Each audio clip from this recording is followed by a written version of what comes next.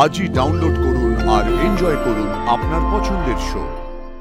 তোমার তো এখন একটা নতুন জার্নি শুরু হয়েছে, তাই আমরা ভাবলাম যে পোশাক আশাকটাও বদলানোর সময় এসে গেছে, বুঝেছো? পড়ো পড়ো ফুলকি, পড়ো। সবার কাছে তুমি একটা উদাহরণ।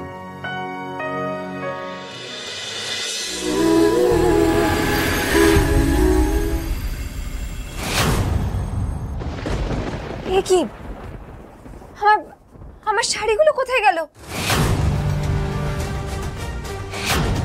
মা, ও মা, দি ভাই, আসছি। কি হলো? মা, আমার শাড়িগুলো কোথায় গেল? একটাও শাড়ি নেই আলমারিতে। আমি তো কাচতে দিয়েছি। মানে তুমি সব শাড়ি কাচতে দিয়ে দিয়েছো? হ্যাঁ। মা, তুমি করছোটা কি? তুমি সকালবেলায় ওই দাঁত কেলানে বাবুকে জিমের দরজা খুলে দিয়েছো, এখন আমার সব শাড়ি কাচতে দিয়ে দিয়েছো। আমি এখন কি পরে যাব বলো তো? তুই কি পরবি সেটা আমি তোকে বলছি। আয় আয় এদিকে আয়।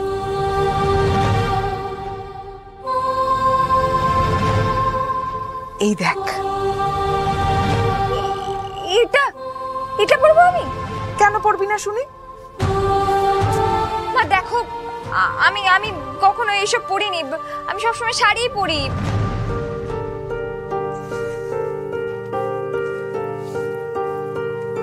ফুলকি, একটু নতুন করে বাঁচার চেষ্টা কর, একদম নতুন করে। শোনো না, আমি নিজে পছন্দ করে তোমার জন্য এই সালোয়ারটা নিয়ে এসেছি।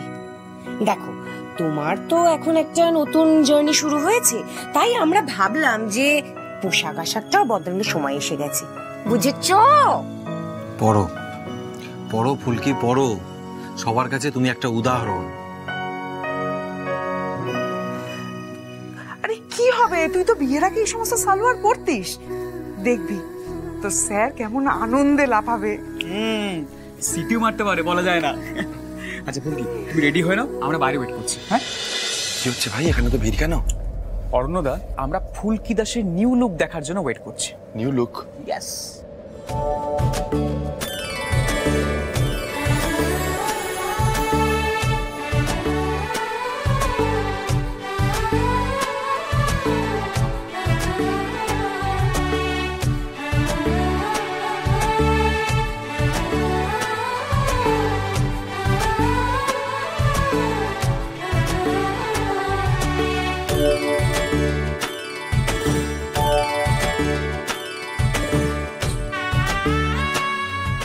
নাইস।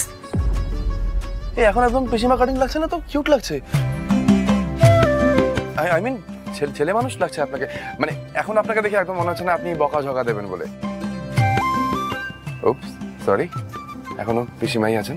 আসলে কি বললাম তো, আপনি তো এখনো ফুলকি দাসের হাতের খুশি খাননি, তাই জন্য এরকম দাঁত কেলানো বাবু হয়ে ঘুরে বেড়াচ্ছে।